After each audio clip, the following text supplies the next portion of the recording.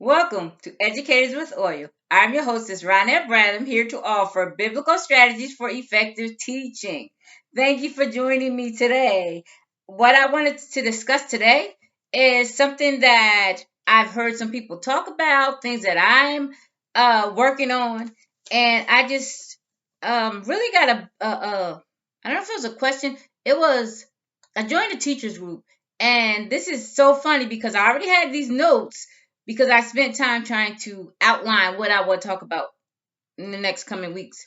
So, and it was one of the questions that I had is what we should do to be better teachers. And then that was the mission statement for this group that I joined, of that we should work on being better teachers and not work on or struggle with what administration and outside influences have on their agenda. So that was just, I skipped over a few of my topics and jumped over to here. I was going to talk about um, student improvement as a result of changing the way we do education, and that is like what I'm working on right now. But it all ties into being a better educator.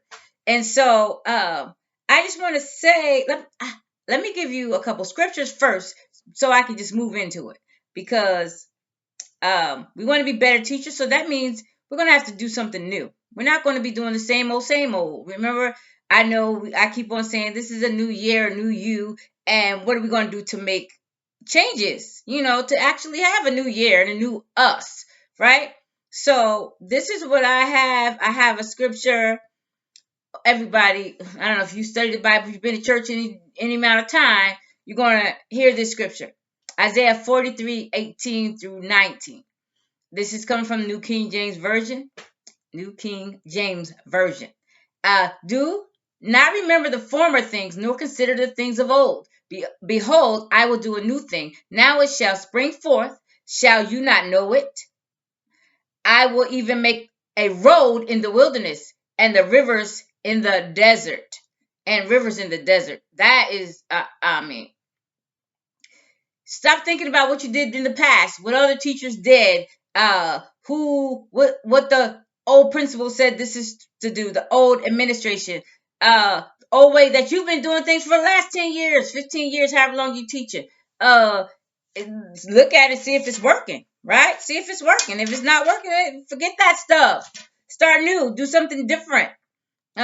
This is what God's doing for us. Let's do this for our students, for ourselves, because we want to be the best teachers. How about we commit to that, being better teachers? Not only better teachers, compete against yourself.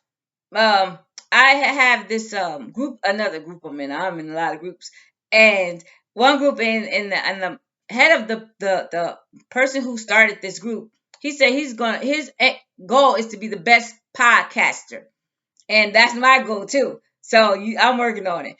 But my goal also is to be the best teacher. I want you to look for me and say, that is a darn good teacher. That's the way you talk. That's a good teacher. That's one of the best teachers around. You think of the best teacher around, I want you to think about my face. I want you to think about me. So that's what I'm working on. So I'm finding strategies and what I can find, to what I can learn from someone else. To be a better teacher. So that means scratch what we've been doing, because we still have students, majority of students in my district, probably not yours, you probably come from this great district, but where this light is going in and out. This is a bad podcaster right here. My light's going in and out. I need to use a different computer. Next time I use my iPad. So we have to stop doing, what didn't work. That's my thing. Don't do what didn't work. Let's do what does work. Figure it out. And I'm going to give you some ideas in a second. And so we're going to have to do some things that we never done before. That's what I'm trying to say. And 2 Corinthians 5:17. Therefore, if anyone is in Christ, he is a new creation. Old things have passed away. Behold, all things have become new.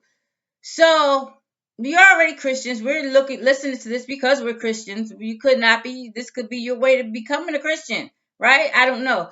But just say God is giving you something new to do. That's the same thing as you're going to be a new person coming into the new year. You're going to be a new person trying to be a better teacher. So forget about the old things. You're a new creation. Put in new things inside. What I talked about on New Year's, put in old wine, new wine in old wineskins. No, we're going to be new wine coming into this new wineskin, right? So forget about the old things. Let everything become new, come fresh and ready with your a good agenda. Um, Let me give you one more, baby, one more. Oh, nah. I want to use it. I'm going to use it. This scripture I just saw it's really not, but it's a good scripture. We can fit it in. Ephesians 4:22-24. That you put off concerning your former conduct, the old man which grows corrupt according to the deceitful lust, and renewed in the spirit of your mind, and that you put on a new man which was created according to God in true righteousness and holiness. So we're going to make that fit because we want to be new, right? And we don't want to have things that didn't work. People are giving us ideas that are not right and not righteous because we can get people could tell us to do things in our classroom that are not even righteous. I mean, you could say, I'm not doing that because this is against my religion, period. This is against my belief system, right? So put off all that stuff, renew our mind. We're going to be fresh. I keep on saying mindset. We have to change our mindset, but we're going to be cleansed by God. There's a scripture. Let me find it, and then I'm going to go on to it. Who do I have it right here? Uh, I'm going to say it. I'm going to find it. Not that. I'll just use this one. I'm trying to find be renewed by I'm not even gonna say it. Ezekiel 36:26. I will give you a new heart and put a new spirit within you. I will take the hard stone out of your flesh and give you a heart of flesh. So he's gonna soften. God can soften our hearts. Sometimes we're tough on our students. We are so tough on our students. And we have old ways of doing. I watch people have their students working on the same thing all day, working through lunch, through recess. You're going to finish this. Come on now. Let's soften our hearts. You don't want to do that. Tell your boss to have you stay in overtime at work through your lunch working. You're going to have a fit. You're not going to do it. So we need to be renewed in our minds and our hearts, have softened hearts for our students because we want to find a way that works for them, that they can learn. That's our objective. We're there to serve them, not them to serve us and to uh, meet our agenda, not even our agenda, our stringent rules. We have rules. You got to do this or you can't take a break. What? How? Why are you frustrating a student like that? Me and Shanae talked about that too. When it's time up, it's for math. Time up for math. Time up for literacy. Time up for literacy. Working on phonics for 20 minutes a day.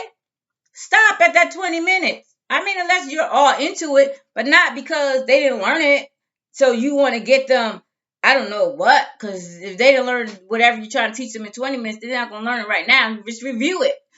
Quick review, and then go on to the next thing. Then when you come back the next day, review, and then go on to the next thing. Like, come on, teachers, we got to be better.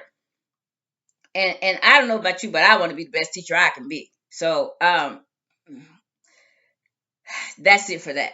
Okay, so one thing that we have to do is we have to focus on the subject matter and student learning, right? Today, I said the other day, my students had a hard time with double digit subtraction. How are we going to get to triple digit? We can't get past double digit. So they had a hard time. So we have to regroup. And I'm working with them on that. So I have to focus on the objective because we finished a whole little unit, a whole little section, double digit subtraction. Not all of them got it. Like some get it and some don't. And then most of them don't. They can't just take a test on it and say, oh, I mastered that. It can't. So I had to stop where I am and we have to do it again. And we have to learn it in a different kind of way. So I came in with all my manipulatives from last year so we can learn it. and then they're getting it, then they're not. Then it only was today. So tomorrow we're going to review. I gave them the manipulatives to see if they can get it on their own. If I say, okay, give me 6 tens, now subtract 21 tens from 21 from that. But you have no ones. How you going to do it? Figure it out. Let's see what they could do. They could. They couldn't do it. They could do it. Some could do it, adding and taking away and counting, but they couldn't use the manipulatives that I had. I had tens and ones, and I don't know what you want me to do. They were subtracting upside down, all that, right? So then I gave them, I showed them, and then we went through it. Some of them got it, some of them were like that, because that's what they do, and then some take a little bit longer. So I want to make sure we all get it. We're going to spend, if we have to spend a month doing it, 2-digit subtraction, again. So I'm focusing on that. That's what I'm focusing on. I don't care if we have to use our fingers, but we're not. We're using manipulative. So I don't care if another question comes up about, just say it's a word problem, and they want to discuss that word problem, the story in the word problem. I don't want to. We're focusing on this. Okay, I'll explain the story, but we're focusing on this. And if we have another something in science that does the same, talks about the same thing, that's the same subject, and we're going to focus on it wherever we see 2-digit subtraction. And then, because I want the students to learn, I'm focusing on their learning and the subject matter. That is going to make you a better teacher. If you just do that, you're going to be a better teacher. I mean, I'm not saying you're not doing it, but this is something that we want to do to become better teachers. So either this message is for you or it's not. If it's not for you, maybe it's for somebody you know who's struggling. That's what it is. And then another thing you could do is you try something new. Now, my students, last year I had Eureka Math. We got it because they took us step by step to get to doing 2-digit, well, we borrowing and the vertical way, right? But they took us there. They started with the tens and the ones, and they moved us to regrouping with the tens and the ones, and then they showed us how to do it with the vertical. So it took, then we used the number line backwards. We did a lot of things. So my students started with the number line and with the hundreds chart. So we got it, we didn't get it. Some got it, some didn't get it, but I wanted them to get it faster. So, and I wanted them to be able to be tested on it, because they still got stuck. It doesn't make sense. You know how to do it, but you're still stuck. So I gotta open up that airways, those, let that blood flow so they can get it and know it. And so I decided to try something new, which is something new for them, but it's something old that I did. So I went to Eureka Math as opposed to this Envision that we're doing, and I'm bringing it both together. I'm bringing the manipulatives from both sections, and we're bringing it together, and we're going to see this is something new for them. And then you know how to know if what you're doing is new, if it's working. So you try to stick with it for a week, see if it's clicking somewhere. So then you look at the students' reaction, see how many students are getting it. And this is a way too, when you're working on something with your students and it's on grade level. I'm at elementary, so I can really go grade level. So if you're working on something grade level, then you see if everybody gets it, right? Generally, everybody gets it. Everybody understands. They comprehend it. They're grasping the concepts, right? So they're getting it, right? And then you have two that are not getting it. Then you can identify those students. But if the whole class overall are not grasping the concepts, you can't tell who needs that extra help. That means That means we didn't communicate clearly. What the objective is, we didn't communicate clearly how the process, right? So that means we have to regroup and we have to start all over again. So you can gauge if it's working.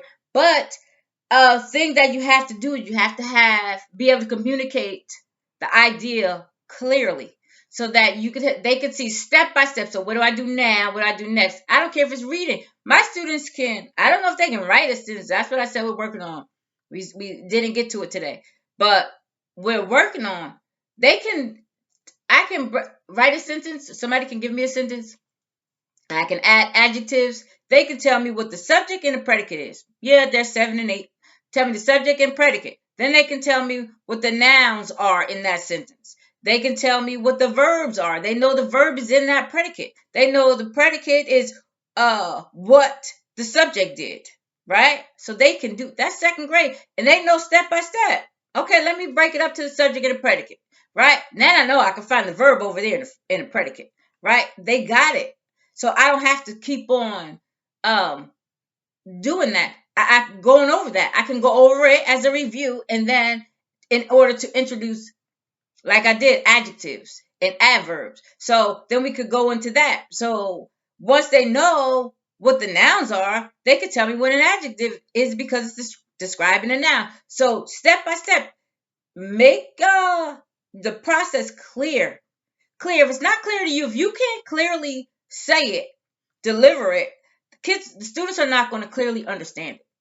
If you are confused in how you kind of present it, I went through some things. I'm not even gonna say because I don't know who's watching. I was gonna say something I saw today, but it wasn't clear. It wasn't clear to me, so I'm like, well, I don't even know what you want them to do, right?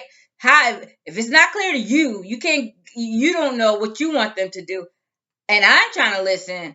I'm pretty intelligent, and I can't say what is it's if it's clear or not. If it's not clear to me, like, well, I thought you want them, but why are you saying? Well, you want them to do this, but you're saying this. They don't know, and I just put my hand. I don't know, because it's not clear. Not saying I. That's how I knew when I didn't know what I was doing because I couldn't say it clearly. I couldn't state the objective clearly. I couldn't state the directions clearly. So you need to be able to be clear. And then another way to be a better teacher is to work in small groups. You have to meet in small groups so you can really get a hold of what each student can do and what they're capable of, if they're capable or not, if they're grasping the ideas, the concepts. You'll get an idea and it will give you direct your instruction because you have broken the class down into groups, 4 or 5 groups, 4 students, 5 students in each group. Break it down. The students are getting it. Maybe even in a group, you'll see 3 students are getting it. Like today, I had a group of readers with me. One student, he wanted to feel like the rest of the students who are reading the words because we did a little play. But he didn't know he couldn't say the words, read his part fast as everybody else. So he tried to hurry up and skip through it. I said, no, we're going to take your time. You're going to sound out the word. Because he can sound out the words. It takes him a minute, but he could do it. So that helps me identify who are, the readers who do I need to work with and what on what. So I push him to sound out his words and he gets it. And then he goes back and reads it clearly and quickly, fluently. So small groups, get in small groups. I mean, that is something that we think we don't have time for, but once you get in a small group, I'm serious. It'll work to your benefit. Then you won't be like spinning wheels trying to figure out who's getting what, right? As a whole group, you have students who are not saying anything. Then you're calling on the students who are doing all the talking, and then you got some student over here sitting, or they might be working and they're getting it, they're not saying anything. So it's kind of, we can hone in on who needs that extra help, right? And then improve your performance. We have to practice. We can practice. I'm practicing right now. I'm practicing right now how to teach my students clearly, how to get my objective across clearly, give the directions clearly, straightforward. You understand what I'm saying? I'm understanding what I'm saying. So we have to not be so nervous. They're kids. Kids, they really, mine are 7, so I'm lucky.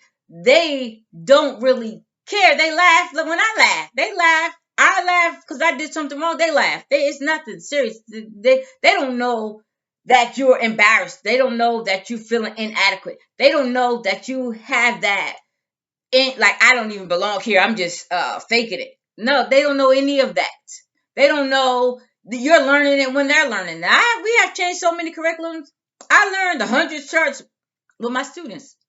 I learned break apart method with my students. I learned so many things like Eureka Math. I was trying to help my granddaughter with homework one time a few years ago. Math, I couldn't. I didn't know what to do. It didn't make sense. Then when we got Eureka Math, I was like, oh, what? That was easy.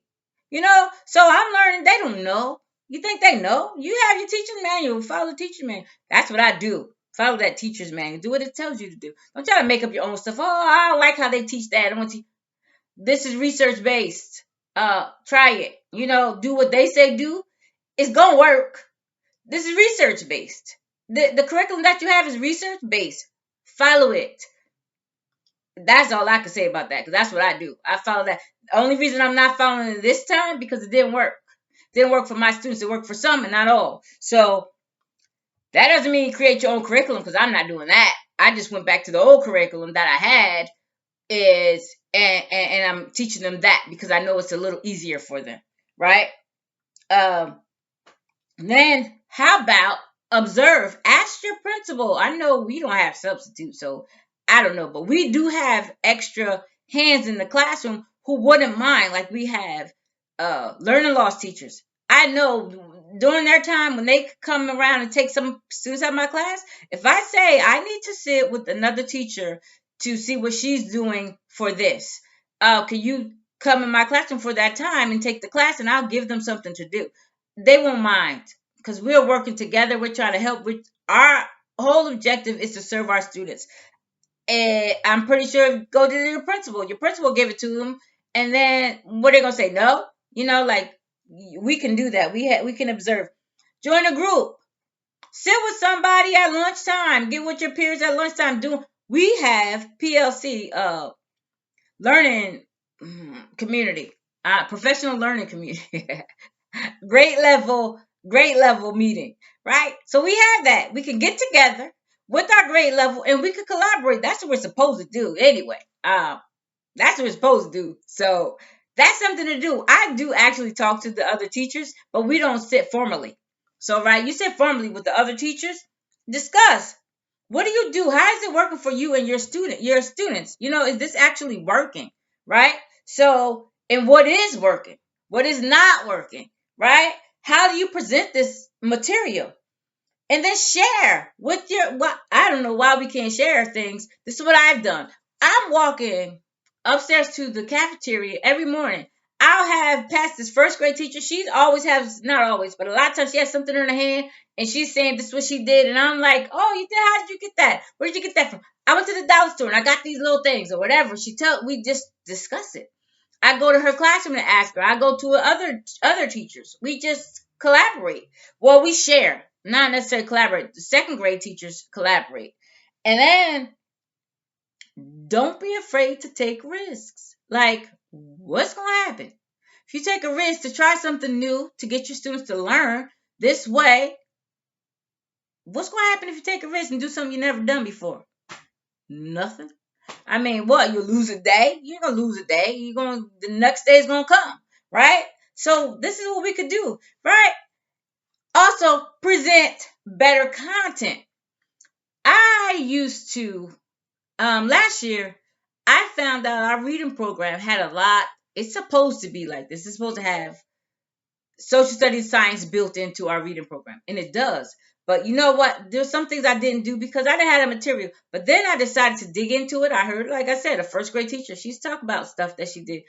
And so I'm like, oh, she's doing all these projects. Where's she getting this stuff from? So I look back at the book and back at the unit. There are projects. And I started doing that stuff last year. This year, not so much. My students, they are so low. Like, they were half the class was low. Like, some of the students were low and some of them were a little bit and some of them were up there. So I had a mixture of students who were capable to read the material and make what we needed. Like, we had, toward the end, we had a flea market, not a flea market, a farmer's market. It wasn't real food. We printed the pictures for them, and they made their prices, and they had their stand, they made their stand, and then we sold. So they were able to give change because we did money, right? And so right now my students aren't ready, but there are other things I need to look into because present better content. Like right now I'm piloting another program. I'm piloting math and I'm piloting science. Science starting this week. get my training tomorrow. So I introduced it to them today, right? This is more content. It's about the earth and rapid changes, fast and slow changes to the earth. That's what we're talking about. We're going to be talking about. So it's exciting to them, exciting to me to them because I love science and I love math and they know it, right? They want to read because I love reading. I teach them you need to read to do anything. So um, try those things again. To be a better teacher, we want to be better teachers. What should we do to be better teachers? We're going to focus on the subject matter, right? And student learning. That's what we're going to focus on, right? Try something new. Try something new. If it didn't work, if the whole thing you're doing not working, why are you going to keep on doing it? That doesn't even make sense, right? Check when you do something new. Check with your students. Look at their faces, see if they're getting it. Look at their hands, see if they're actually moving the pieces that you tell them to move, and they're following along. See if they're making progress, right? They're getting the right answers. They're coming up with logical answers, right? If they're thinking critically, because that might be your objective to teach them how to think critically, right? Utilize small groups. There's nothing better than small groups. I mean, we learn in general, the whole class, teach the whole class, but then you get in small groups, they like to work in their group. And I'm group 1, I'm group 2. Second graders now. Second graders, I don't know. So I'm going to hurry up. And then improve your performance. Observe your peers. Join a group of some kind. I don't care if it's online. There's so many teachers groups online now. TikTok, teachers of TikTok, teachers on Instagram. There's so many groups in Facebook, YouTube. I mean, we have so much stuff. Collaborate, share. You share, they'll share. You'll get something from another teacher, you'll give them something. I mean, that is going to help us be better teachers because we have more information, more resources, right? You might can't find what you need, but you get more resources from collaborating and from sharing. Take risks. I'm taking a risk right here. This is a risk. It's not a risk now, but it was getting on this get in front of this camera talking, and then it seems so crazy because my whole subject matter seems to be changing. I'm giving biblical strategies for effective teaching. That's what I'm doing. So it's been a change. I was trying to think like this is changing. It's going to something different. But no, it's still biblical strategies because we want to try something new. We have Isaiah 43 and 18. We already know that. Let me go back to that. Do not remember the former things, nor consider the things of old. Behold, I will do a new thing. Now it will spring forth. Shall you not know it? I will even make a road in the wilderness and rivers in the desert. You think this desert, your class, your resource, what is that word? Your resources are low and lacking, and they are dried up. But watch God make it rivers flowing through, right? You're going to be seeing ideas, getting information. You're going to be opened up to new opportunities as you clear your mind, renew your mind, right? And you're going to see more opportunity. This is an opportunity right here. This is free.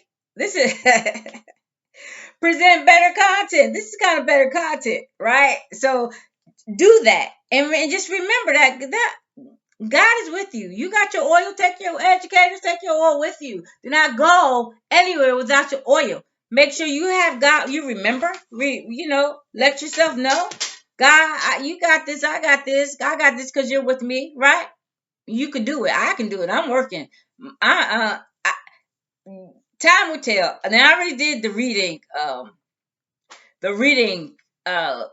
test to see what level my students are reading on.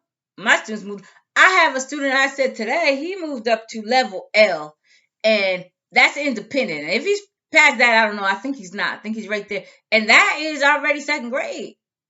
That's second grade. I mean, every student that I had came in preschool, kindergarten. This is January. December, he was reading second grade level. And I push my students because I teach them, look, you're responsible for this. You want to read better? You're going to have to work. And so they're working. And the student today said, how are you going to read better? You got to read more. Because one student said you got to read, and he said no, you got to read more. So he's reading more, and that's why his evidence is showing. You know, he has evidence of it that he's reading more. So again, thank you for joining me on Educators with Oil. Take your oil with you, please. Do not go anywhere without God and the Spirit of God. I mean, He's gonna direct it. He's directing me. I'm working. I don't care who knows it, who doesn't know it. All I know is I want to be a better teacher for my students. My students gonna learn, and that's my objective for my students to learn, not necessarily for somebody to notice it, but to notice it so that when I tell you I had a plan, then you say, well, what was that plan? Because these students didn't learn, right? Or they didn't get what we want them to get, right? I wish this camera, man. This is a bad, not a great. It's not bad. It's not a great podcaster. I gotta change computers because this is not working. But I'm not gonna do this one over. But this was I'm happy to share this with you. This is something that I'm actually working on, and I have been working on since September. I've changed the way I educate. I changed the way I do education. And I'm telling you, I'm happy with my results that I have right now. I came in thinking my students are going to learn. I don't care. Then somebody got me upset somewhere along the line saying some stuff about second graders going to third graders when they give me preschoolers and kindergarten students, and you just can't fight me on that. You want me to work magic? Watch this. Someone works some magic. I want to work with some oil this time, even if I probably was, but I wasn't conscious of it. Now I'm working with oil for real, and so just know that God is with you. And if you need any insight, any questions, you got any questions, comment on YouTube, Facebook, send me a message. We can talk. I'll tell you what I'm learning, tell you what works for me, what is working, what's not working, and if the students are responding, yeah. educatorswithoil@gmail.com. My website, I keep saying my website's gonna be up. I have dropped off on that for a minute. I don't know why, but the website will be up. But then you can see me on TikTok. It's all Educators with Oil. TikTok, Instagram, Facebook, YouTube. And you can go to even this is also on podcasts, Apple, Amazon, Spotify, all those your favorite podcast station. That's what it's called. Your favorite podcast platform. So again, this is Ronette Bradham. Thank you for tuning in to Educators with Oil.